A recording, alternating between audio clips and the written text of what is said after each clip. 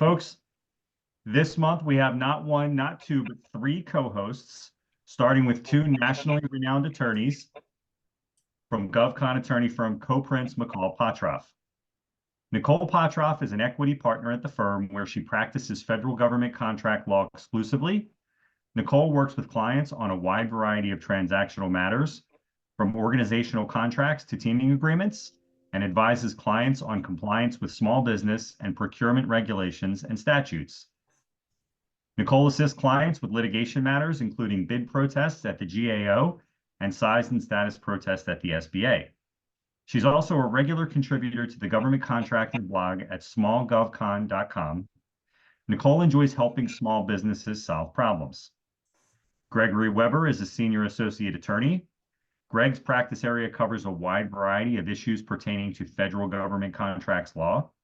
When tackling issues for clients, Greg relies on his experience in complex federal and state regulatory matters to help clients navigate the intricate web of federal government contracts law and its administrative processes.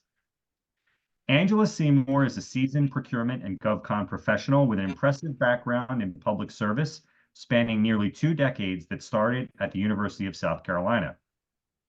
Angela's expertise lies primarily in state and local procurement. Notably, she served as a procurement officer for the County of Lexington in South Carolina for nearly 15 years, where she honed her skills and contributed significantly to the county's procurement endeavors. Angela's commitment to excellence extended beyond county-level work, as she also delved into state government procurement as a procurement trainer for the state of South Carolina. For federal contracts, Angela has worked as a procurement counselor at prestigious institutions like UMass and the University of South Carolina, where she currently dedicates her efforts in the APEX Accelerator program. All right, folks, I feel like we're hanging on by a thread here, but we're going to keep going and see what happens. I just want to ask the host to just stay on mute until you want to add something or until I call on you. We'll just try to sort of get through it. Folks who are in attendance, if I spoke with you or if we traded emails saying that we're going to talk to you on this session, we absolutely will. We have an intimate gathering today, and I wonder if there are people generally having connectivity issues. But what I've been doing, folks, is I've been doing special backgrounds based on what time of year it is. It's that the longest days of the year are this week, right? With the solstice, some people are celebrating Juneteenth. We have the 4th of July coming up. So I've been trying to do some fun backgrounds. And let me just start by asking, and we'll go Nicole, Greg, and Angela. What are you all doing with the extra daylight this week and the next couple of weeks? Yeah, that's a good question. I like it. So I think I already exposed my big, crazy, fun secret to you before that I play a lot of kickball. And we were on a traveling league and everything, but now we just play local league for now while the kids are young. So we've been playing some extra kickball. We've been out doing that with friends. And then just generally, we've been taking I've got a 2 and a 4-year-old. So it's so nice that when I get off work, it's not dark and I can take them out to play. We've got about 5 acres where we live. So we often just let them, they have a little, oh my goodness, it's the coolest little kid car I've ever seen. It's like an off-roader and they just go crazy and drive it in laps around the yard while we sit and listen to music and chat. So I would say pretty simple stuff, but sure enjoying the extra light. Well, it does help. And Greg, please tell me I'm not the only one who's doing yard work at 7:45 p.m. That's exactly what I was going to say. I was like, I need to mow, but my wife actually just met, I think, with my mom and someone else to plan out exactly what to do with the front garden and then the sides of the house. And then I got to paint the house this summer too, but it's landscaping this week and next week, just mowing, landscaping, mulching, putting in plants, rocks, all that. So that's what I'm doing. I was coaching my son's soccer team, but their season's over, so now I have no excuse but to do the honey-do list of landscaping. And that list never seems to get shorter, no matter. Oh no, that's part of home ownership. Keep adding. Yep. Yeah. How about you, Angela? Well, actually, I'm going to take advantage of the extra daylight. I'm traveling to Massachusetts next week to go see my mom. And so I'm actually looking forward to we're going to go to Fenway while we're up there. So we're going to catch a game up there at Fenway. My boys who are 13 and 12 have never been. So we're all kind of stoked. So we're taking advantage of the extra time at grandma's house. So Angela, I'm going too. Sorry, I'll be in Massachusetts next week too. Oh, great. Maybe Yeah, Salem. we'll have to catch up. Yeah. Well, that's a great way to spend a weekend. I was in Fenway a couple of years ago. Have you been before? Yeah, I've been a couple of times. A couple of years ago, I took my sons on the Nicole tour, the one that they give when they're not playing. But they've never seen a real game. There's a couple of, we actually have a Kansas City minor league team here in Columbia, the Fireflies. So we've been to a bunch of Fireflies games, but they've never seen a Red Sox game. Well, that's fantastic. And quick story like this. I love this. I love that this happened. We went on a road trip through New England a couple of years ago, and I told my kids that we had the Nickel tour of Fenway, but it was sold out and we couldn't get tickets. And then during the tour, in front of 75 people, I asked a question, and in the question announced that we were going to the game that night. And my 11-year-old or 10-year-old son started crying because he was so excited. Well, I love how dads love to surprise. My dad was all about the surprise. I felt like he just wanted to say no to things so he could later surprise us with them. It was great. It's got to be a dad thing. I think it's a common dad thing. I've actually, first time I went to Fenway, I saw the Foo Fighters at Fenway, and my husband gave me the tickets on Christmas, the last present, like he pulled it out from behind the tree. I had no idea.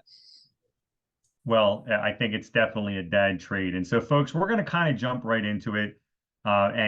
Folks, on the panel, I may ask you some questions about things that are coming up, professionally for you as we go through things. So, Gavin, we're going to jump right to you. I'm going to send you a prompt to bring you on as a panelist for now.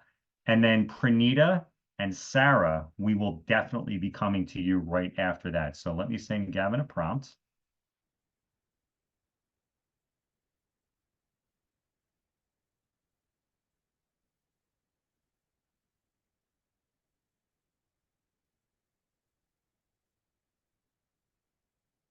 And Gavin should be jumping on with us any second. I see him coming on as a panelist.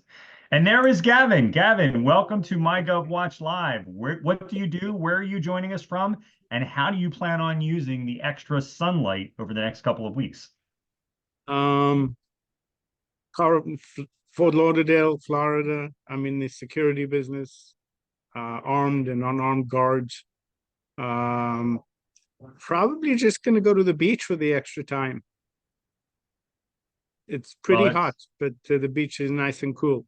Yeah, well, I guess first thing in the morning or late in the day is the ideal time in Florida this time of year. So thanks for joining us. And I know we traded some emails and you had some really specific questions around federal contracting and state licensing around armed guards. So tell us what's on your mind. So in order for us to provide services, let's say I'm in Florida and I want to provide services to people out of Georgia.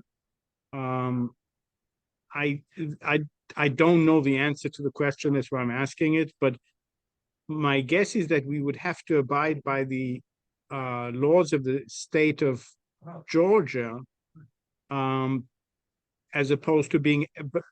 But if it's a federal contract, do I get a waiver on that? So can I have people come from Florida who have a gun and a license to carry and a license to do their job? Well, Gavin, I have good news for you. We have a couple of attorneys on the line with us who may be able to help. That would be great. And it's a great question. It's a really good question that you ask, one that we've had clients ask us in the past. So unfortunately, I don't have a yes or no answer because, of course, it depends. So in a nutshell, federal law does supersede state law as far as when you're performing on federal contracts. Most of the solicitations that I've been asked to review for this very question have said something to the extent of the contractor will abide by all required licensing and applicable state laws, something to that extent. Now, there's been attempts by contracting officers in the past, this is research, not clients, where they have said something like, oh, you know, in addition to having whatever state you're from, having a license there, you're going to need a license in this other state. And in a nutshell, the case law is kind of 50-50 on it, but there's definitely enough in favor of not adding additional state requirements, kind of keeping that separation of federal and state requirements, that every time we have pushed back on a contracting officer putting that in the solicitation, typically it doesn't even go to litigation. The contracting officer says, oh, I didn't realize I, you know, didn't have to do that. So it totally depends on what your solicitation says. Of course, contracting officers have pretty broad discretion as to what they want to put in there. In fact, the cases say it could be it could be an impossible requirement as long as they explain the compelling need. And so what that case law is really evaluated is that compelling need, and the general consensus, I would say majority of the law has said, and the cases have decided that it's something where the compelling need is that there be some kind of required licensing. So if it's something that typically requires a license, that you would have that license in some state. But when they start tacking on additional states, that's when they start to get a lot of pushback. That's my general experience with that question. So I'll ask you the question. You're the owner of my company and you get a request to provide services in Georgia. Do you indicate so to, you know, and let's say when the contract, would you be comfortable going forward with those guards in Georgia? So to answer your question the way you asked it would be legal advice, and this will be annoying, but Greg and I will have to kind of redirect some questions here and there to make sure that we're not giving you specific advice.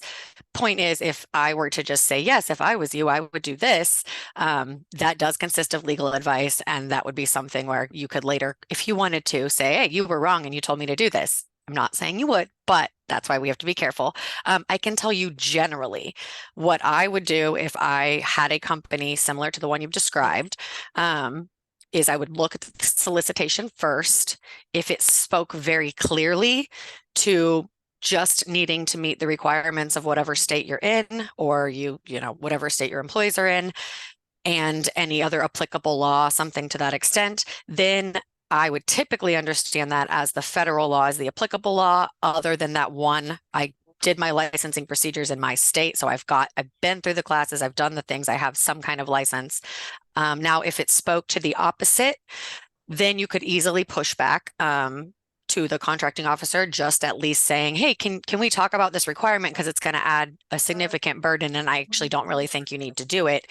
That's how that generally goes. The only other thing I'll say is best case always full disclosure to the contracting officer. So in just being abundantly clear, if there's a Q&A, that's a great question for the Q&A. Even and never be afraid to reach out. You don't have to wait until your proposal is being submitted to say things like, hey, by the way, here's how we're planning to do this. I hope it works.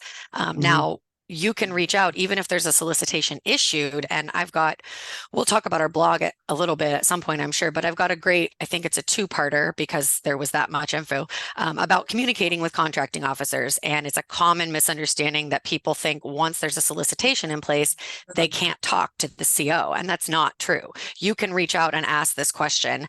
The only real restrictions would be that the contracting officer cannot give you direction about the solicitation that is not provided to everybody. So that's the kind of one, restriction, but a lot of times if you're asking, other people are asking too. So very often it is warranted to have a solicitation amendment.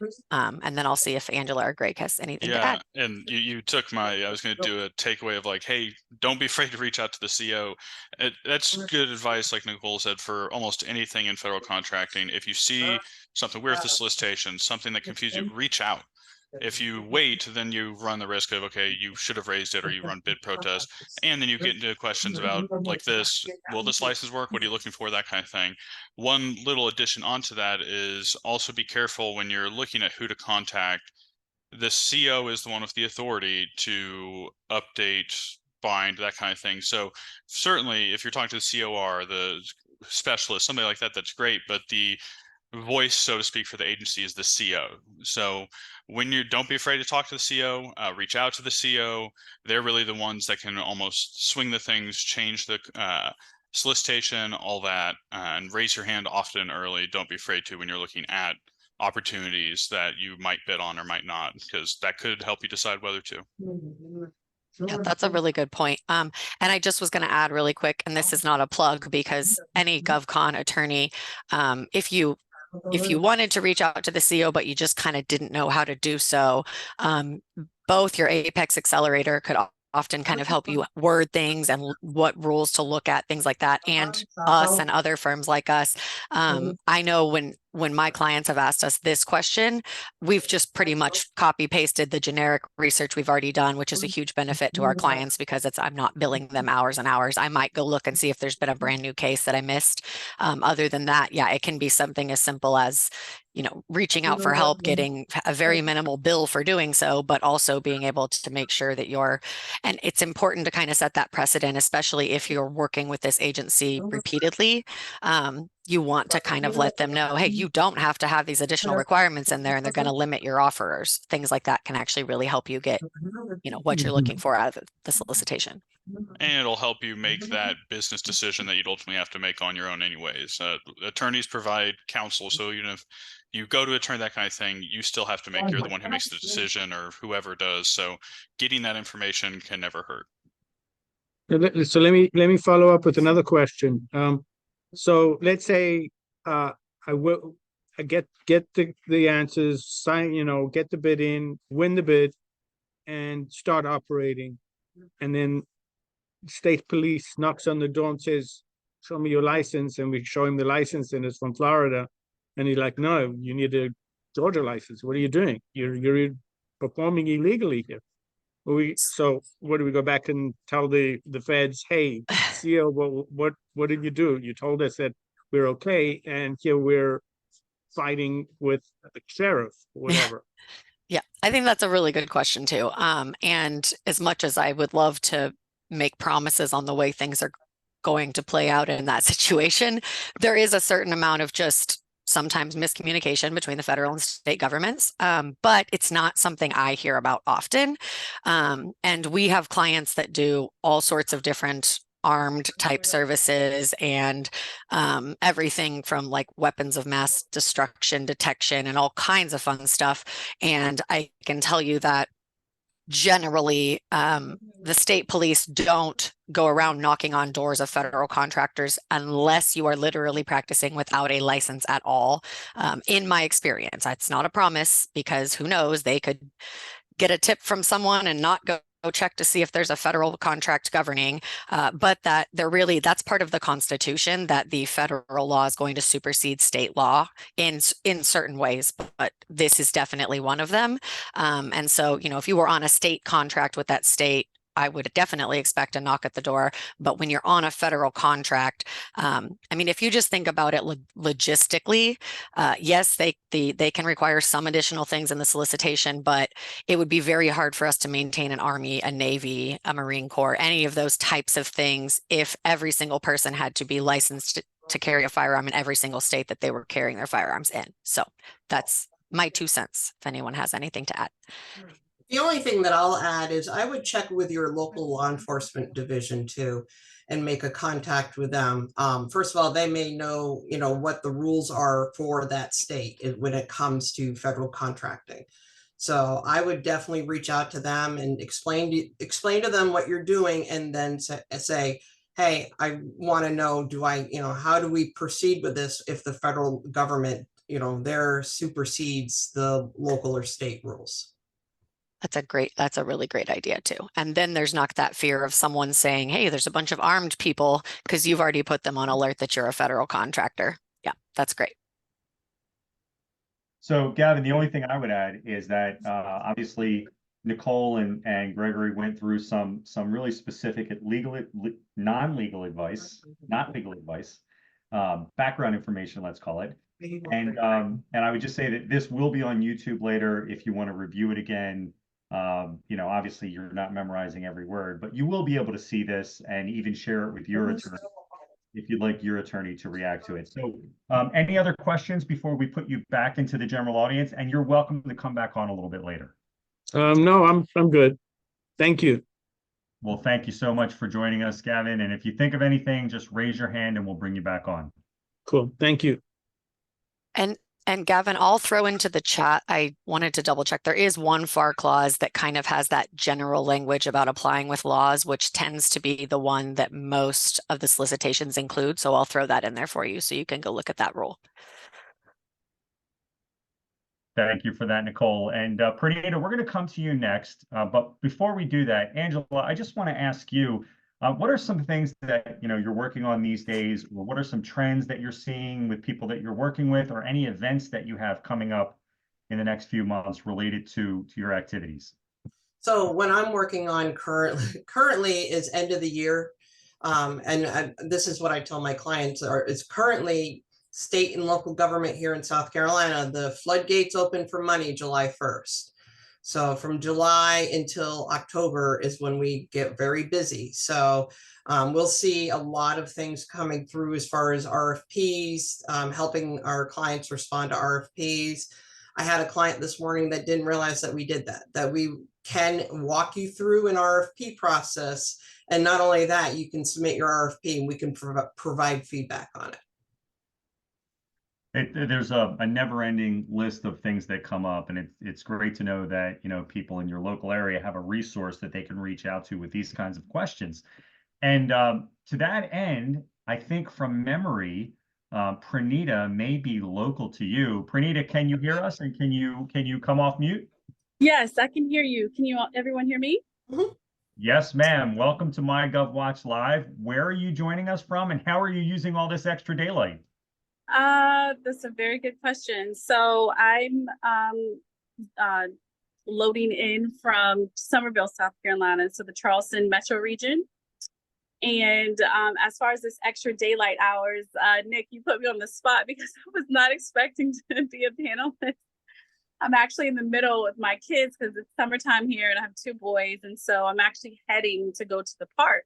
So I had to sit still to get on video with you. So, but thank you for the opportunity. Yeah, Pranita, I would just say this before we get started. If you're in the middle of something, if you just want to ask a few questions, you can even just jump off if you want me to do that and just listen to the answers. Or if you want to engage, stay with us.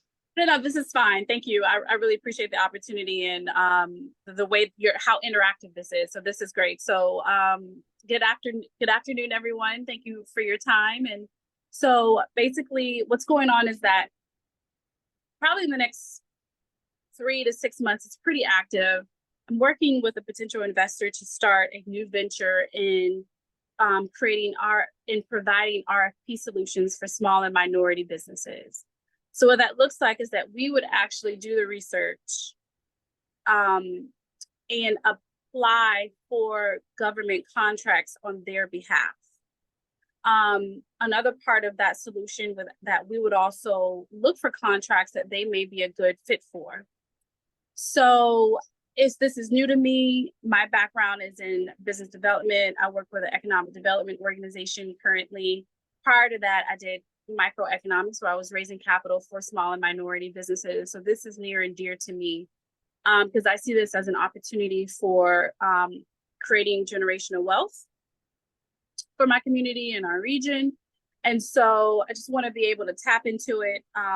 As far as questions, I don't know what I don't know. So in terms of me starting this new venture, me getting business development, clients, etc., and me tapping into this new industry with government contracting, I'm just curious to know what are some of the best practices, what are things that I should be on the lookout for when it comes to being able to access government contracts and helping minority businesses get in this realm of government contracting. I'll field that one at first, if you don't mind.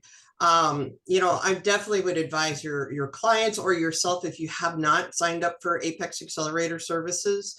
We do have a bid match program that we do email bids out based on whatever keywords that your clients are providing. So if you have somebody in construction or engineering, we create a bid match, and as the new bids come out, we send those out to our clients. And also too, working with the APEX Accelerators, you'll be able to gain experience and knowledge in the local and state as well as the federal, and that we are free. We're 100% free. We're funded by DOD and the Department of Commerce. We are a free service. So, and we have 3 counselors, and while we all have our specialty niche, mine's state and local, but we have some that are in the federal government as well too. So we have a lot of resources that we could either pool together and offer to you. This is awesome. Yeah, I'll jump in too. So one thing that we often do at our firm is refer people to their local APEX accelerators. And Angela actually made a great point, which is something I honestly didn't know. I knew that they could help with, you know, responses and proposals, but I didn't know they would actually review it for you. That's fantastic. That is huge. I'm going to definitely inform clients in the future of that option. As for you, and say your name one more time for me so I don't botch it, please. Prenita. Prenita. Okay. First off, thank you very much for what you do. That type of work is also very near and dear to my heart and Greg's and our firms. I'm sure you're familiar with the 8A program and oh no. Okay. Well, that's great. That's huge. So now this is a program that I've been just frankly obsessed with since I started this work. Sorry, really quick little history here. When I was in law school and going into law school, I thought I wanted to do civil rights without a doubt. But I kind of stumbled into this area of law and realized that by helping a lot of disadvantaged and minority-owned business owners get into this 8A program, I was very much kind of meeting that need that I had inside of me for like using my law degree for the right reasons rather than there's a lot of attorneys out there that people don't like. We'll just stop that there. But so the 8A program, it's actually SBA's 8A business development program. And what I'm going to do is I'm going to put just a general link to our blog in the comment box for you. And when you pull up that blog, there's an entire section that says 8A toolkit. That's going to break it down for you in ways that would take me hours to do right here that we've already done. Also completely free. You don't have to sign up or anything like that. And feel free to email us if you do have questions that we can answer generally. But this is a great thing for you to be aware of. The program used to be, I will try to keep my opinions out of what happened this summer, but used to be the case where a minority-owned business could, now you still had to meet all these different requirements, financial requirements, showing that you've been in business for a while or at least have the financial capacity to succeed. You need ownership by like 51% at least and complete control by the disadvantaged owner. So it would be the minority owner. But there was this one aspect of it that was called is called social disadvantage. And prior to this summer, if you were a minority that qualified under one of the designated groups, you could simply check that box and you could move on. And most of the time get into the program. I hardly ever saw people denied. If they did, it's because they had way too much money anyways. It's a bad problem to have, right? So it's still a great program. This summer, when the courts kind of attacked affirmative action in general, they actually then kind of came for the 8A program. I will say we were kind of terrified at first that the whole thing was going to crumble, and it has not yet. So that's great. And I highly, highly, highly recommend anybody who can take advantage of it doing so. So the only difference now is you have to show in a narrative that you've been socially disadvantaged. Now, this isn't disadvantage generally. This is social disadvantage, which is generally defined as anything from discrimination to bias, racism, sexism, things like that. I can tell you as a woman in a legal profession, I've never had a problem talking to a woman and figuring out a few instances where in the business world, she felt treated differently. Also, many of my clients that would have qualified for those designated groups, again, it's sadly and unfortunately not that difficult for them to come up with. You only need 2 instances now. SBA did cut back on that a little bit to help make it not such a burden because these narratives were very, very long and extensive.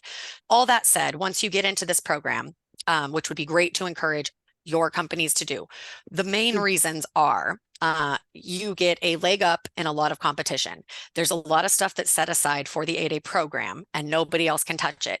And it's sole sourcing is way more broad than any of the other programs. So that means you sometimes don't even have to compete. The agency could simply say, hey, you're an 8A firm. This is an 8A requirement. There's rules on the agency taking stuff out of the 8A program. And that's the only program that has those rules. So that actually prevents them from just saying, no, it's going to be small or large business, whatever, without doing a whole lot of investigation. All that said, that's a huge benefit. I would look into that for those reasons. Now, the only other thing I will note, when you are doing the type of work that you have mentioned, I want you to be, this is not legal advice, but be aware of and carefully craft your agreements to make sure you're taking account of it's both in statute and in regulation, the covenant against contingent fees and the restrictions on kickbacks. Now you hear kickbacks and that sounds like a big dramatic word, and it is, but if you go read the definition, it's easier to do that than you'd think. Kickbacks is basically as simple as adding it would be your clients likely adding any dollar amounts to their contract with the federal government to account for somebody helping them get that contract. Big no-no. You want to make sure you're clearly talking about that anytime you're doing that type of work. Contingent fees, same kind of thing. If I get you X contract, you will pay me X amount of that. So that's one where there's an exception for a bona fide agency and a bona fide agent. I can't tell you whether you'd qualify for that or not, but that is something, those definitions are out there. I would be happy to provide you with any of those that you want to go look at. I was asked you, I'm gonna connect with you on LinkedIn so that I would love to walk through that because this is new for me. Perfect. And this 8A program, I think that's something as a minority-owned business that we're trying. This is a startup company that we're hoping to launch soon. That we would apply for this 8A designation as well. Absolutely. So I will put just put my personal email address in there and then send me an email. I will also send you a free copy of the 8A handbook that I co-authored. It's this much out of date, and I will tell you where it's out of date because the rules changed this summer. But other than that, it's still great read. This is Nicole. I mean, I may just adopt you as a mentor. This process. Yes. This is awesome. This is great. Thank you so much. Thank you, Nick, for putting me on the spot. We appreciate you. I just want to piggyback on too, that the APEX Accelerator program, we also do help with applications. So your woman-owned small business, your 8A business hub zone. And Nicole's right, the 8A program, because there's not a lot of businesses and it's such a high priority in the federal government, is highly sought after. So it's definitely something that you should definitely pursue and make it a priority. Angela, I'm gonna connect with you too. All right, come find me. We're gonna get this launched, guys. Thank you so much. This has been great. Thank you. Yeah, and I would also say that we have 2 years of episodes, including prior episodes with some of the folks here. So go watch some of the previous recordings on YouTube for MyGovWatch Live, and especially on long car rides, or like, if you're just in bed and you just need to listen to something for 45 minutes and fall asleep, there's hours and hours of programming out on YouTube. So any other parting thoughts? And we can certainly bring you back on if you think of something else. No, this is great. I will go back and review this and follow up with you all if I have any questions, because I have to go to the park with my boys. You enjoy it, and thank you so much for joining.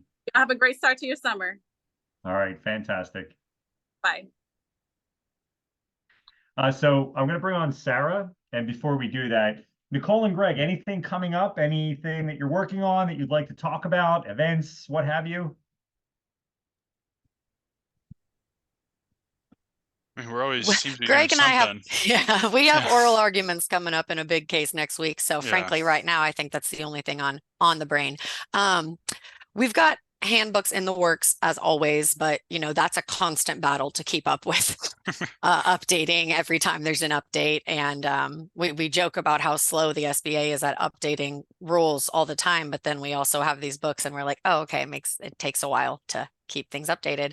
Yep. I can't think of any. Do you have any presentations coming up? Yeah, in early July, I think July 9th, around there, I think I'm giving a presentation for a South Dakota APEX, along with the SBA, I believe. And then I know John in our office might be doing one for El Paso around that same time. And so we've got a couple webinars that'll be popping up that we'll promote on our LinkedIn, that we'll be doing virtually.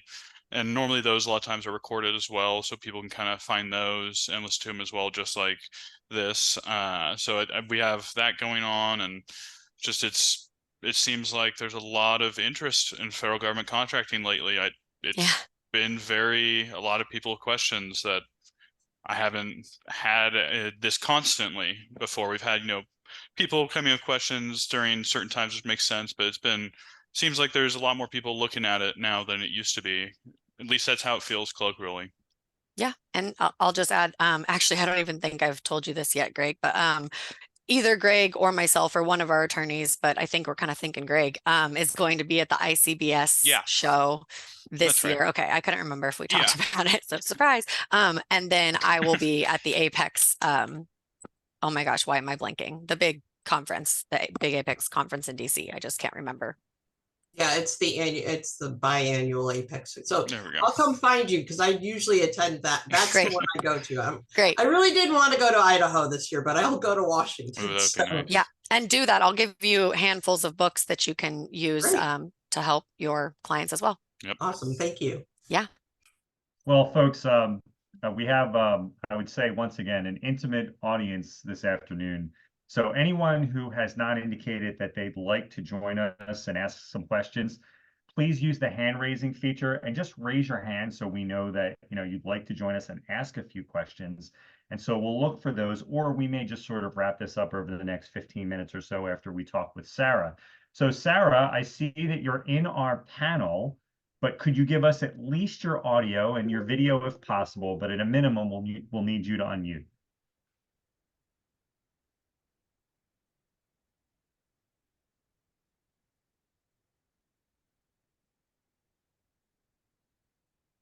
And Sarah, so if you, there's Sarah. Can you guys hear me? Sorry. I was saying I'm off today, so I'm actually walking around in Baltimore City. So I'm actually, and I'm going to take it off video so I can talk and ask questions and not have my phone like this the whole time. Well, this is fantastic, Sarah. I love how anyone can join these sessions in any environment. I think it's fantastic. I think it's great. I love the spontaneity and organic feel of it. So Sarah, where are you joining us from? And I think I already know how you're going to be using the extra daylight hours. You like to be out and about, it looks like. Yeah. So, well, today I'm off. It's Juneteenth, and so the city's basically shut down for Juneteenth. So, I live in Baltimore City. I have twin girls. We live here in the city. We've been in Baltimore for about 17 years, and I love being outside. I play golf, so I'll be golfing tomorrow morning. I stay for work, but it's really more just for fun. So yeah, I like to be outside and enjoy the weather when I can. It's really hot today. Thank you for joining us. Thank you for joining us. And what do you do, and what are you trying to accomplish in government contracting? So I'll give you a little background. I've never done or worked in government contracting before. I'm actually a CPA. I'm a CFO for private equity groups, and an opportunity came by, I don't know, 6 months ago, back in December, January timeframe, for us, me and my older brother, to buy an electrical company here in Baltimore, and we going down the acquisition path now. And one of the things they really haven't done is expanded into the federal government. So, me and my brother kind of figure out what this looks like and how to use it and kind of the basis of it. Sounds like there's a lot of moving parts, and the more we've researched it, it was like, oh, go here and pay for this, and then go here and then pay for that, and then sign up for this and do that. And I'm like, I don't know what I'm supposed to be doing right now. So when this was on your website, I'm like, you know what? I'll just sign up and just ask really dumb questions. I know a lot about finance. I don't know anything about federal government. Well, you have the right group on, and I think you know, this could go in several different directions. I think part of what happens is people hear a lot of the buzzwords, right, around federal, state, and local contracting, and it just feels like an impossible wall. But I think sometimes, you know, just getting a little bit of a tidbit here, a little bit there, reading something here, reading something there, and it just starts to feel like more accessible if you spend a little bit of time with it. There are a million ways to spend time and money in government contracting. Can you be a little bit more specific about the types of electrical projects you're looking to do? Yeah, so right now they do work with some smaller, like local and state governments where they have contracts to do generators. Sorry, like generators. They can do that's like the main part is the commercial generator. It's all commercial. Sorry, it's like really loud. Can you guys hear me still? Yeah. Yeah, so I guess maybe now would be a good time, because I think I heard you say that you're going to be operating this business with your brother. Yes, so I am the majority owner.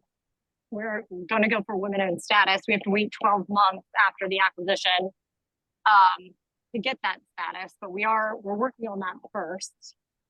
But it is something that we're going to work towards there. But yes, that's me and my brother. Okay, and are you going for the federal status or a state of Maryland status?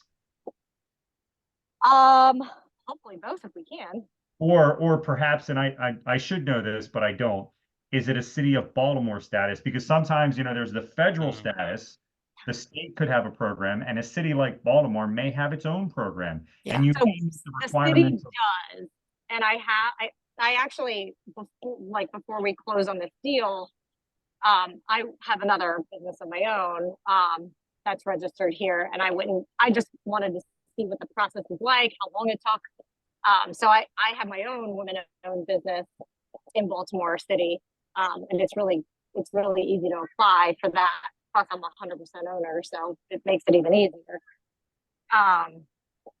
So they do have it here, and then they do have state, and then they have obviously there's the federal status. But we'd like to go for as much as we possibly can. Sarah, So can I ask? Oh, sorry.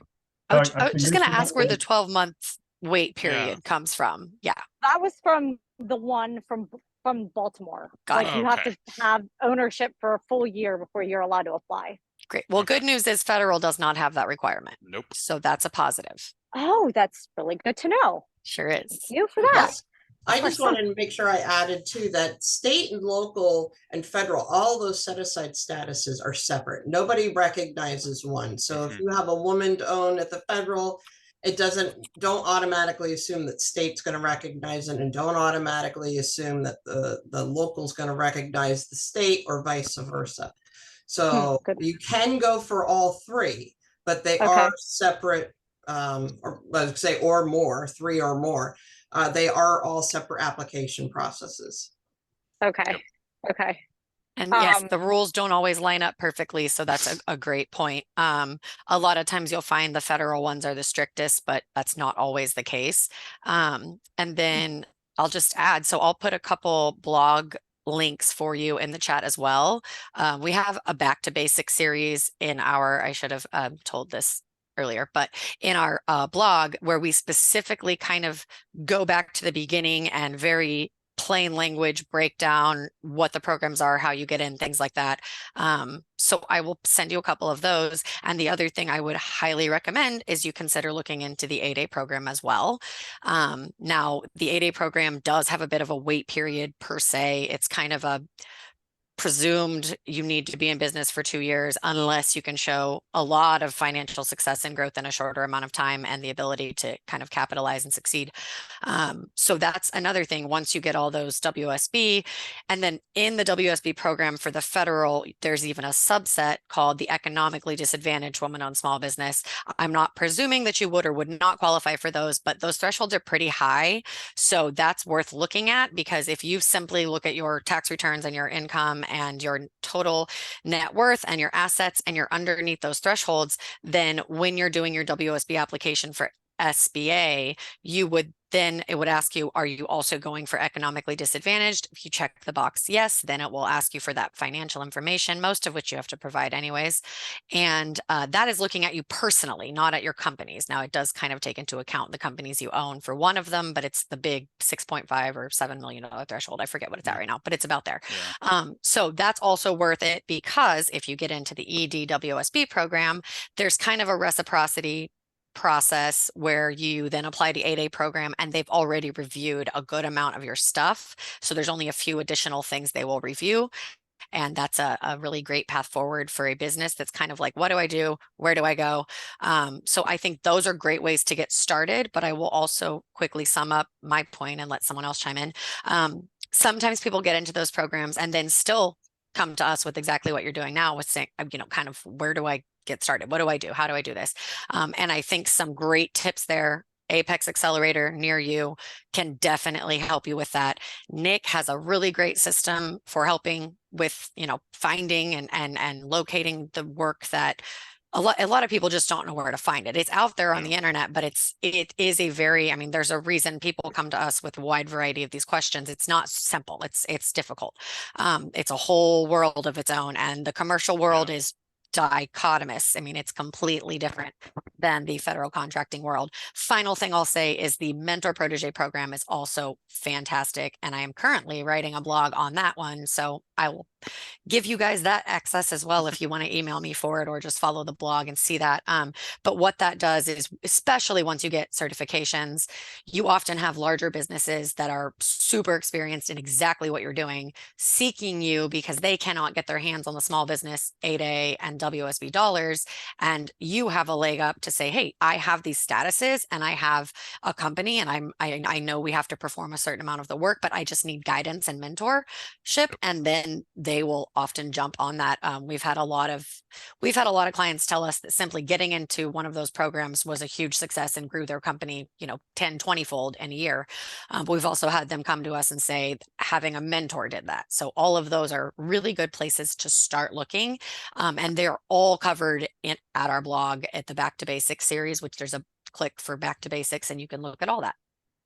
I just want to jump into that. Also, I would advise whatever area you plan on targeting, whether it's the Baltimore area or the surrounding counties or cities or school districts, a lot of this, the work and electrical is going to be under a micro purchase. So the best thing is to go out and make a direct relationship with whoever the facilities manager is, or whoever, the building services manager, anybody that's touching wire, any sort of department that's touching wire, you would want to get out there and advertise your business. So that way you're not going to see, you might not see it in a formal contract coming out to be advertised. It would be something that would be directly the 3 quotes. I'm going to call you, I'm going to call Jim, and I'm going to call Bob. And that's how they're going to get in. And that's actually how the best way to start establishing relationships for those bigger projects from the inside.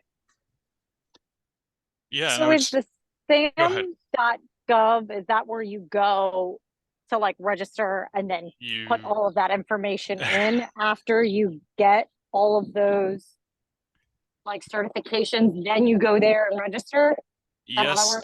Yes and no. So you said exactly what I was going to bring up. So you said you're starting out new and you're not sure where to start. Everything for federal government contracting, where to find the opportunities on your own, not using a software or something. it's not the easiest to work, but it's at Sam.gov. Where you register is Sam.gov. So that is where you initially just start. If you go to like the SBA site, those kinds of things, they all say make sure to register with Sam.gov. So that's really your starting point, your home base, so to speak, with your company. You register on there, and then when you get these certifications, you update that profile and that kind of thing. But that's where the government looks at, okay, who is bidding on this? They'll go to your SAM profile. They'll see if it's updated. So the home base for federal contracting is Sam.gov, and then all these certifications are through like SBA. And so SBA sites is more user-friendly than it used to be. They do have, like, I think specifically WSB one, if you do a couple clicks, they have almost a 1, 2, 3, 4, do this in order type thing. Where it says first go get sam.gov, then 2 get certified.sba.gov profiles. So they kind of lay out that, but that's also something that your local APEX is going to be really good for helping you with for free. And then when it gets more complicated with legal stuff, you reach out to federal contracting lawyers such as ourselves or others. And then finding opportunities, Nick has, different recommendations, software, those kinds of things that can help you find it, people like that.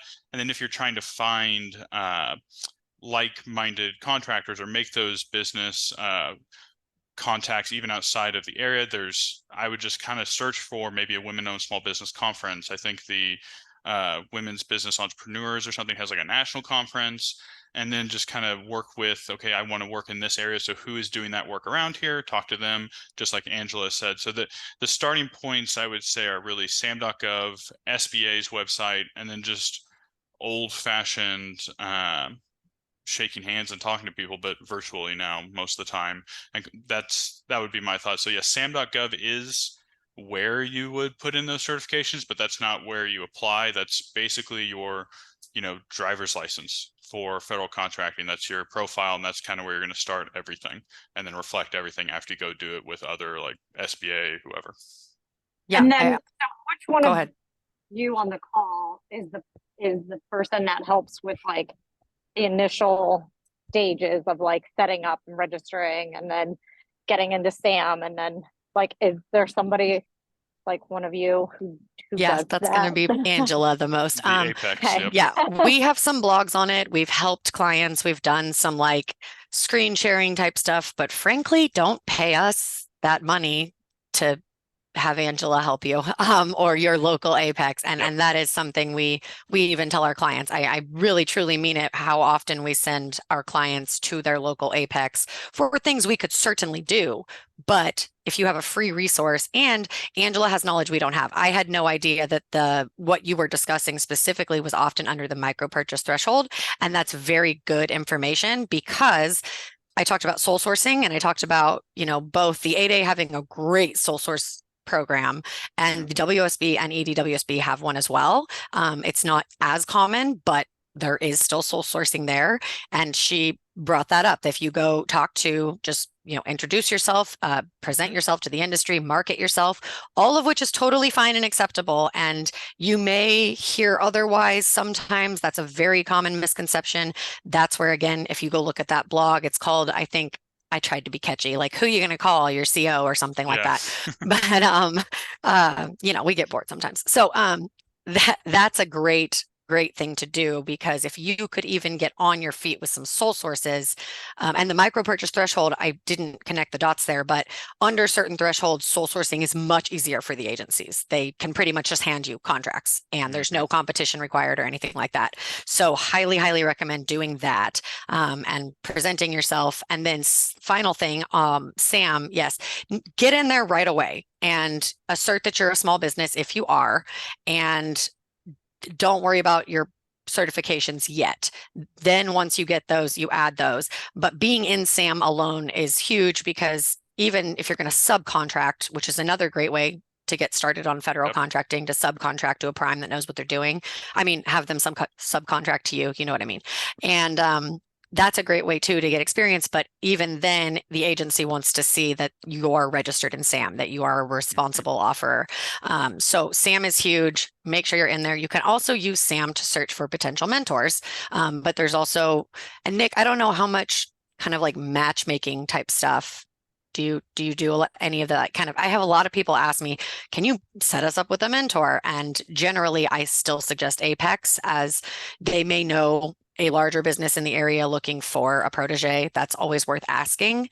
But Nick, I don't know if you or anyone else that we would know does that, real matchmaking, networking kind of stuff. Yeah, we are not doing that as a standalone service. Yeah, I didn't think so. A user can use our platform to organically identify companies that are also bidding on a contract. That's great. So, right. So, Nice. if there's something for the state of Maryland or for XYZ county in Maryland, our site passes you over to where the plan holders might be. So organically, you're able to do some networking by identifying opportunities and seeing where that leads you. But as a standalone service, no. But I do see that there's a need for that. So we are talking about doing some things with AI and other things that we're working on where that could be in the future. And your local APEX Accelerator also may have a matchmaker too in their events that are coming up. And also too, talking to the Department of Commerce. South Carolina Department of Commerce just had a matchmaker here 2-3 months ago. So also connecting with your Department of Commerce too can help you with pairing you up as well too. Yeah. Okay. And then the site that's hosting it, Nick, like how does your platform integrate through all this? So I'll start with Sam.gov, just by way of example for federal contracting. So the way Gregory put it, it's like your driver's license for federal contracts. So there's having a profile on Sam.gov. That's one thing over here. And then on the other side of Sam.gov is understanding who is currently buying what you sell through the bid process, and data tools where you can historically look up who has bought through the data bank what you sell. So what our system does is, okay, it's easy to monitor Sam.gov and push you leads, but we're using artificial intelligence to know which leads to highlight for you, because there are literally hundreds of thousands of things on Sam.gov. So it's one thing to say, here, go do some searches on Sam.gov. And by the way, spend 45 minutes or an hour every day doing that. It's another thing to get an email every day that says, here are things that we think you definitely should know about. And it's a curated list using AI and some other tools we have. Not only are we monitoring Sam, but we're overlaying thousands of other sites to push you leads from state and local sources as well. So there is a place, and I don't mind ever saying this to people, there is a place for people to use the bid matching, for example, of the APEX Accelerator, or not using anything at all. Like if you only want to do business in the city of Baltimore, you probably don't need me, and you probably don't need an APEX Accelerator. You can just go to the Baltimore website to hear about bids. But if you start broadening your scope and you want to hear about things federal, state, and local, and across more than one county, even more than one state, then you have to start considering like how much time do you want to devote to it versus just getting an email every day. Okay, one last question, and I'm sure I'm boring people because I'm No, Nope. keep going. So requirements, as like, why would anybody not do this? Like a electrical contractor or any contractor, why wouldn't they be on a federal list or part of this, even if they were a small company and ticked all the boxes? Like, is there any like regulations around it? Is there like, we're looking at bonding capacity now, like what are the requirements around that? I know some of the smaller bids, like they don't require bonding. Some of the bigger ones do, like anything over like $500,000, $1 million, $2 million are requiring bids. Bonding. So is there anything that like inhibits people from going into these programs? That's another. Oh, go ahead. Nope. You go for it. The only thing that I can say is a lot of times with the APEX accelerators, what I see is a lack of time. They only have enough time. They might be a construction company of one. They may be LiDAR of a company of 3. They don't have the time to do it. So that is what I see typically, state and local and federal, is they just don't have enough time to do it. Yeah, I think a couple points. So I think what always surprises me, but is super, super common, is some people don't really even know that there is a federal government marketplace for their services.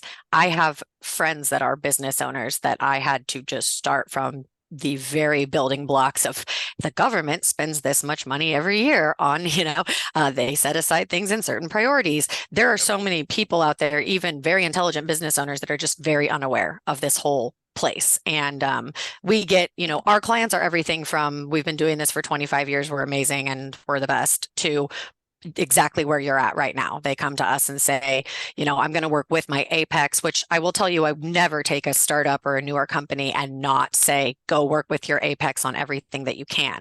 Again, Greg and I have plenty of clients, and we are not in the business of billing people for work that we don't need to bill people for work to do. But what happens most of the time is kind of in between working with the APEX, then all of a sudden there's a need for an operating agreement that's rule compliant. Most often your APEX Accelerator, they could help you with it, but they're going to say most of the time, have this written by an attorney just to be safe. And that's not going to break your bank either. That's a pretty simple way that we can help with things like this. I will also note, I mentioned that mentor protege program. That mentor protege program provides, one of the things that the mentor can do is financial assistance, and it specifically calls out bonding. A lot of newer companies that are struggling with the bonding aspects of work will start their work with a mentor. That way they can provide that bonding safely. When I say safely, that is a caution of doing anything like having a large subcontractor provide bonding. Sometimes those things can be okay. It's not a super easy, clear answer, but you kind of asked, why do firms not do this? How do firms get kicked out of this? And I think that's a good lead into that, because one of the ways is being found affiliated and large. You can run a perfectly small business that in your mind is compliant with the WOSB program, the 8A program, all of that. But if SBA in their eyes feels like you are too closely tied to like a large business or even another small business, but a bigger one, then you could basically size yourself out of that work. And that's not a permanent thing. That's something you can fix, typically through attorneys. That's not something I would advise you just try to fix on your own, but you can sever that affiliation and become small again. So the federal government, I mentioned the priorities in a nutshell. 8A kind of gets main priority. I would say EDWSB and SDVOSB are pretty close, depending on which agency and what kind of work you're looking for. And then you have VOSB and WOSB. HubZone is actually up there too, near 8A. It just totally depends on what you're doing, because for some it's very commonly WSB. If it's commonly VA, it's going to be SDVOSB and VOSB most of the time. So all of that said, another one final reason that companies would not be doing the federal contracting or would not be awarded them is every single government contract basically requires a responsible contractor, and the word is as applicable as it sounds. It simply means they will kind of look at your financial history. They can look and see if your company has been disbarred, suspended by the state. I mean, they will look at the history of kind of both you and your company. And I always tell people to keep in mind, the SBA has access to a lot more than you think. They can work with the IRS, they can work with whoever and whatever to get that information. And they will often find you non-responsible if, for example, you have some huge PPP loan that you're supposed to repay and you didn't, or something to that extent. So that is another reason. And a lot of contractors, get that kind of non-responsible determination. The good news is, if you're a small business and you get that, SBA has to then kind of evaluate on its own and either give you or not give you what's called a certificate of competency, but that's for another day. But that's one of the main reasons people don't. So I would say just keep in mind that they will kind of look at your entire history and make sure that you are someone that they feel is responsible, your company is responsible enough to be a federal contractor, because there is a very high bar. It's a lot higher than anything in the commercial world. Yeah, and how does that work if you're a startup though? So say, for instance, we are not able to finish our acquisition with this company, and we say, that's fine because we've already created our LLC. Let's just go ahead and start our own. We can do a joint venture with another really small electrical company and work together to get these everything started. How does that work? How do they look at you if you're starting with nothing? Yeah. So, I mean, as Greg mentioned, they will look at your SAM. They'll make sure you're properly registered, make sure you filled out all the boxes right. That's a great starting point for them to just right away tell if, you seem capable enough to do the work. They'll look at your personal history, other companies that you've owned, other things that you've done. If you've had experience in, you were a president or something in another company, they can look at all of that. But for a newer company, it will be, I think, less extensive because they are the whole idea is the government wants these new startup companies. They want more and more small businesses to be created. That facilitates the economy. That's the whole purpose of that priority system I mentioned. So it is truly policy-based to support you and what you're doing. You just have to know, how to do it the right way. And that's the main thing. So they would also, for the stuff like the WSB and 8A, again, they'll look at your operating agreement, they'll look at or bylaws, depending on what kind of company. They'll look at your resume, make sure that you are qualified, because that's another common thing with these programs. You do find people that basically take a woman and put her as, the head of the company, but truthfully, if you were to investigate that company, she does nothing and it's really run by a bunch of males. So they will look at stuff like that. SBA can do site visits, all those kinds of things. Only final point, and then I'll see if Greg or Angela wants to add, is you mentioned a joint venture. So the rules for past performance for a joint venture basically require the agency to look at both parties' past performance individually, as well as anything the joint venture has done. And that's also to support the growth of small businesses and development, because they want that joint venture program to be an avenue for newer businesses. You don't need to be an experienced business to start a joint venture or be a protege. In fact, kind of the opposite is at least for the mentor protege program, what they expect. So that's good too, because there's also some rules on, say you have one company that's done some kind of work and you start another one. And there's a whole box of worms here. But if you are an affiliate with that company, they can use that company's past performance. But again, affiliation also means you add the sizes together. That's not a death sentence for two tiny companies, but it's also important to keep in mind, because if you start to succeed a lot in both companies, you can then kind of challenge both companies' ability to be able to bid on small businesses set asides. Yeah, and I'll kind of add to that too, because I was going to bring that up and Nicole beat me to it. The past performance regulations, experience, that kind of thing have been made a little bit more friendly to this situation. So, and you'll see in solicitations as you look at them, a lot of times what they'll say is, we want past performance from XYZ, and they'll kind of list out what they want. But then they'll also say, we will look at anything else we can find, basically, or they'll say, feel free to bring in commercial, that kind of, so they're trying to get more startups or people that are new to government contracting but have past performance experience outside in the private industry in. A lot of times they'll ask about key personnel. Sometimes there's rules about bringing in key personnel experience, all these kinds of things. So there's ways to bolster that when you bid in terms of past performance and experience. There is one program that is kind of more explicit on that experience, but even then there's a waiver. That'd be the 8A program, which it sounds like you're just looking at like WSB. But if you were to look at that, the 8A program has a success rule. So basically, you've been working for 2 years. The company's been around for 2 years, but even that has a waiver. It's not the easiest to get, but there's even then a way to get around that 2 years of success for what they call, I think it's called that. And so they're really trying to find more ways for people to come into the industry, because as too many stick around, they get bigger, they size out, and now you're left with a smaller small business pool, and they really want to try and prop up small business, help people grow.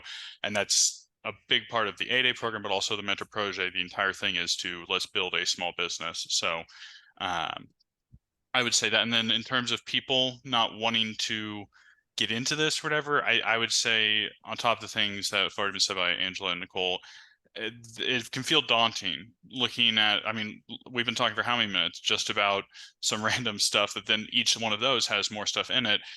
On the surface, it seems daunting, but in reality, when the rubber hits the road, a lot of it's pretty common sense. It's built into, women-owned small business. Well, then it's going to be owned by a woman and run by a woman. But to say that, the government has taken regulations and laid out all this thing. So a lot of it is very logical, but can be very daunting. And then once you win an award, you have all these FAR clauses that they slap into the contract that can also seem very daunting, but many of them make sense and are logical as well, in terms of you will not lie, those kinds of things in there. And then stuff that Nicole's talked about, like limitation on subcontracting, those you would need to talk about with your just within your business, your subcontractors, and also a federal contracting lawyers such as ourselves, or like APEX Accelerators, and they can help you explain that better so you can structure your agreements. But by the time you've been awarded, you've already taken care of that, and now you're just making sure you are beholden to it. So it's something that it looks like a heavy lift and it might feel like a lot of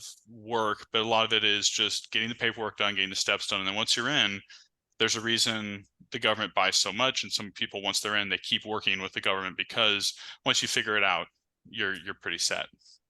Yeah, I just wanted to piggyback really quick, and leveraging your past performance is also something your APEX Accelerator can very much help you with. Yes. You take them, here's my personal past performance, here's my company, here's whatever, and they will help you put that into the terms of the proposal in a way that really does leverage your own qualifications as well as the company's.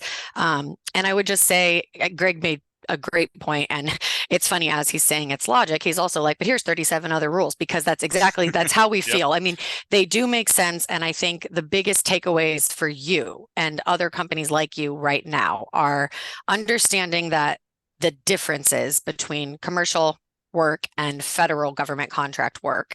And again, we don't do any state or local, but I know Nick can help with some of that. Your APEX Accelerator can help with that too. We only do the federal stuff, but and there's a ton of money in the federal stuff. So that is why a lot of people that start doing state and local stuff, you're already having to follow a lot of rules because you're doing government work. So why not take it a step further and get your hands on additional government money? And I think the biggest takeaways are, take it one contract at a time. Don't feel overwhelmed. How am I going to do this the next 5 years? Don't worry about those yet. Take it one certification at a time, one contract at a time. You can literally take a solicitation to your APEX Accelerator or bring it to us and say, what rules do I need to follow? If I have a subcontractor, which FAR clauses do I need to flow down? That is a requirement that a lot of people don't realize. You have to put those in your subcontract per your contract with the federal government. Those are easy things, logical things, but there's just so many of them that it is great to work with your APEX Accelerator, with attorneys, and with companies like Nick's. And what you will do is get that first solicitation under your belt with a JV or whatever. It will start to become easier and easier.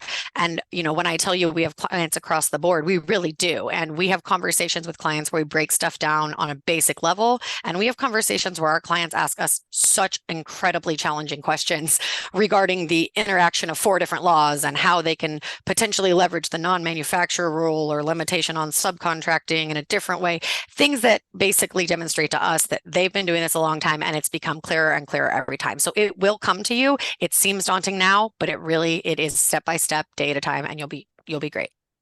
And I just want to piggyback 2 things off of that. Since your business is new, I would also advise for you to contact your local SBDC, your Small Business Development Center. They can also help you with getting your legs on the ground initially. And then also SCORE program, the SCORE mentor program, is where they would pair you up with a mentor that's similar to doing what you do as well too.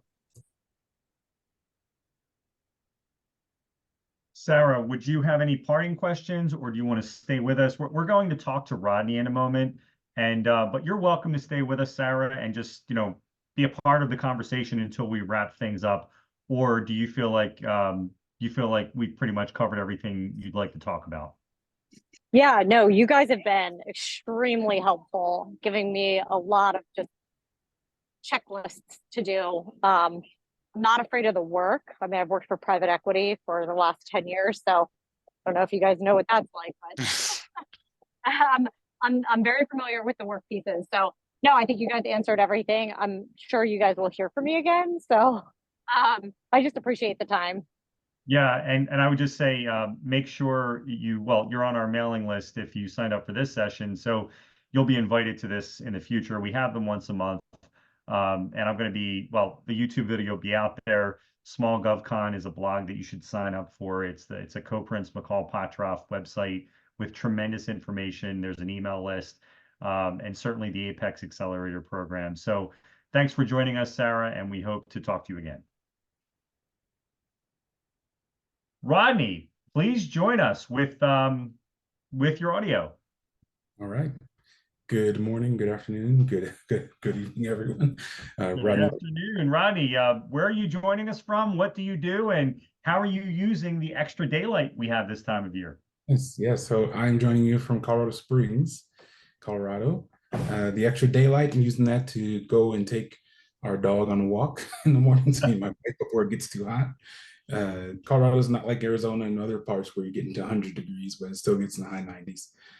So I am with a company called Blackjack Productions. We are a research, design, and front-end web development boutique, and also a member of MyGovWatch. So Nick, thanks for this. Yes. I had some questions on getting noticed by government entities. So we have won multiple RFP awards with local county level or city level for websites for local municipalities. Looking to expand on that. So I do have a Sam.gov registration. So it was helpful hearing what Greg had mentioned. It started feeling kind of like the spider web once I got the Sam.gov account and the identity assigned. From what I was seeing there, it seemed like it's best to, I wasn't sure if it's okay to do self-certification as a small minority-owned business. My business is owned by myself and my wife. My wife is Japanese. So I wasn't sure if it's best to try the self-certification route or if it's best to do the official. And it seemed like the best way to do that, according to what I'm reading, is going to do the SBDC for that. And that's kind of where I'm kind of in flux. But even the APEX Accelerator info has been super helpful. I actually just signed up for that. So even that, I've already found some nice routes to go. But that's my main question. Suggestions for the best way to get that certifications and other ways to be better noticed by government entities. I hear questions upon questions here, and I am not going to be the one to answer them, but I want to ask a clarifying question to you. Are you saying that you are looking at self-certifying as a disadvantaged business? Okay, so I'm sure if Gregory is going to take over, I'm sure there's going to be questions about like control and ownership and different socioeconomic groups that that automatically qualify. So I'm going to give it to the attorneys.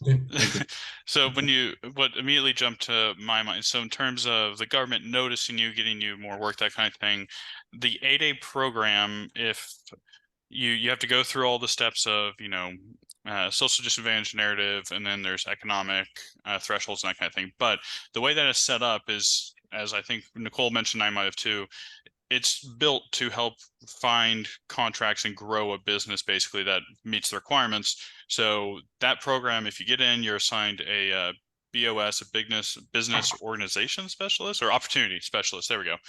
Okay, came to me there. But they're called the BOS, and they really help shepherd you along, help your business grow. You can get sole sources for that. So it's almost like a de facto getting noticed by the government because you've gotten that certification. To do it, you got to do a lot of stuff, but the 8A program kind of lays it out. And then we, of course, have our blogs, and a lot of people can help you with that because it is very document intensive. They're going to look at your taxes, how much, if you have a house, your mortgage, those kinds of things.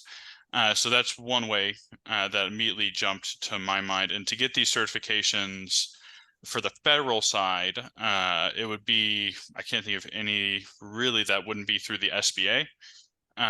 There is like agency specific mentor projet programs, like the DoD has its own mentor projet, but the big, or at least the most utilized mentor projet program is also through the SBA. And that's another way to basically piggyback off of, not piggyback, but use the resources of a mentor, a bigger business to then maybe help you find a pipeline for opportunities. Maybe they can help you network, those kind of things. So finding a mentor and going through that program could be really good. And that would also possibly get you more exposure, more ideas. Okay, how do I find these contracts? Where do I go? They could probably, I don't see why you couldn't put it in the mentor project agreement of something about like helping find certificate. They really allow that program to have a lot of stuff that could fit possibly what you're kind of shooting for here.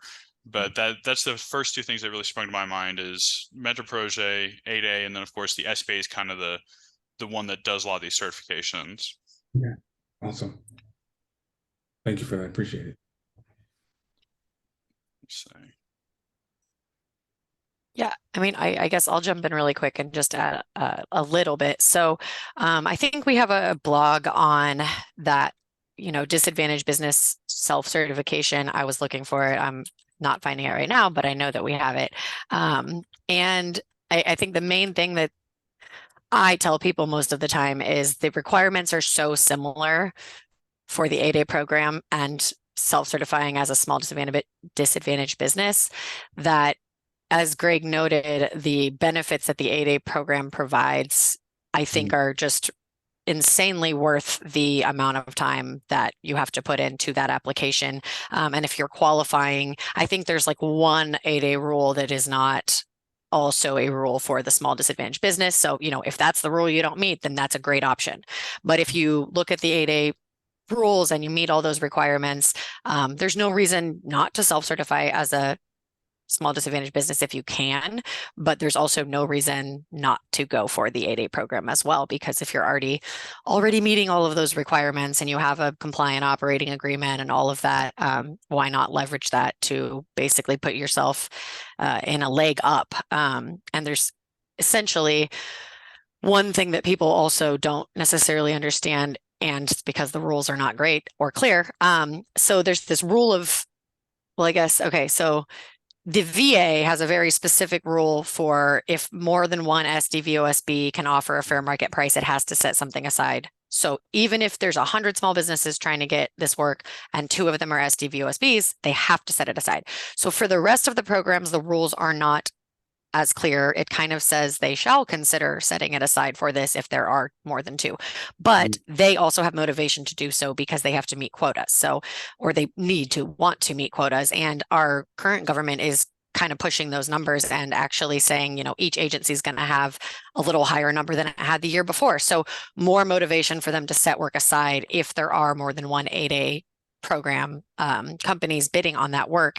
And 8A again has some of those rules where if work has been in the 8A program, they can't just take it out and give it to someone else. So essentially going from a self-certified small disadvantaged business, which is good and does give you some kind of leg up when you are offering your proposal, and that is something they can check a box for too.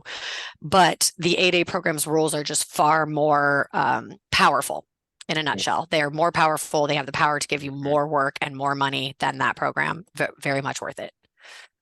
I just want to jump in too. And if you look on YouTube, there's a handful of accelerators that have training videos. So I know Maryland yesterday just came out with an MPP JV training video. So I would, suggest taking a look either at your local accelerator or Maryland has a great site.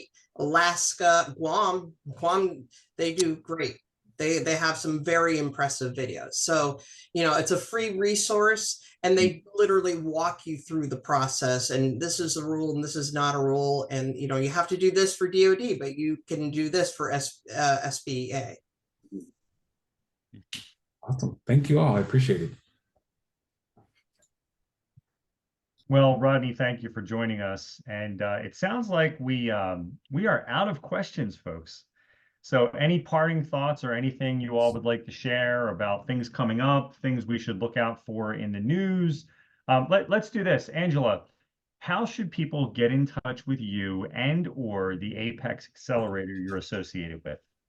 I had actually put the APEX Accelerator web address in the chat.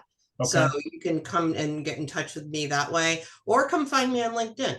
I'm available on LinkedIn. You can just find me, connect with me, and then, if you could send me a email, that would be fine too. Well, that's fantastic. And I'm showing on the screen smallgovcon.com. That's a website blog put out and managed and administered by Koprince, McCall Pottroff. So I always encourage people to sign up for this mailing list in particular. What about social media, Nicole? What social media presence is there for the firm? And what do you recommend people do to just hear what's happening with the firm? Yeah, that's a great, thank you for that. So we are also on LinkedIn, and we have a newsletter that you can sign up for that will keep you updated on blog, firm happenings, presentations. We actually almost always do a blog announcing that we're going to be doing some kind of presentation, whether it's with Nick or an APEX Accelerator group or Govology or one of the many different programs out there. But we do them very often. They are well worth their weight in gold. You get a lot of great advice that is not specific legal advice to your situation, but you can often use to, apply to your own situation. I can I'll put a few links in the chat as well. But yeah, for the most part, that's about it. We have our handbooks as well. You can find those on the blog on the right side. There's a column with all of the handbooks. And frankly, we don't mind sending them to people if they reach out to us and ask us for a book and maybe are considering coming to, have our firm do something for them or another. So don't hesitate to reach out to Greg and I with questions. I put all of our contact information in there. And then again, I'll put our LinkedIn and any other social media, because I'm kind of blanking right now on what else. I know we have a Facebook page. We don't do a whole lot with it. Yeah. Mostly LinkedIn, I think, Just is LinkedIn for the most part. Yeah, in terms of social media. Yeah. Everybody Then does. that newsletter is big. Yeah, the newsletter is great. And do you have a link for that, Greg? I'll put in our LinkedIn. Yeah, and I can put it on the screen as well, so it'll be perfect. Perfect. Where should I go for that? That's a great question. 1 second. Okay. I've got the link here. I'm pulling there you up. go. It's in the contact us of our firm, but it's the big, and I'm posting it right now. Okay, there we go. I have the firm LinkedIn too. Yep, if you click that, it'll take you, and it's in the contact us tab of our law firm's website, and there's a big green one that says click here to sign up for Small GovCon Reports monthly newsletter. And you click that, and it takes you to sign up. There it is. Well, fantastic. This will be on YouTube, and we just had a couple of things to share in terms of news. So we have a press release page and just a couple of things from earlier this year, and you folks may be aware of it. And Angela, if you're not aware of it, certainly you might want to tell people about it. We did a survey January through March that showed nearly 30% of government buyers typically hire suppliers they've never heard of. So there's a big misconception in government contracting that every bid is wired for a company that they already know. Turns out it's not the case. There's a press release that links to a report that you can actually read that talks all about it. And then separately, here's the press release on that. And so that's on the website. And then we just announced a promo around veteran-owned and disabled veteran businesses. And so what we're doing is we're discounting the cost of the website 1/3 for veteran-owned businesses. And for disabled businesses, it's a big part of the market. We're giving the site away at $7 per month just to cover administrative costs, just as a way of thanking the disabled vet community for their service to the country. So that's just some news I wanted to share. So folks, thank you for joining MyGovWatch Live, the B2G Roundtable. If you're not already a subscriber, start your free 14-day trial of MyGovWatch.com today. If you want to win more government contracts for less, you'll be glad you did. Nicole, Greg, and Angela, thank you so much for joining, and enjoy this fine summer afternoon. Thank you so much. It was great.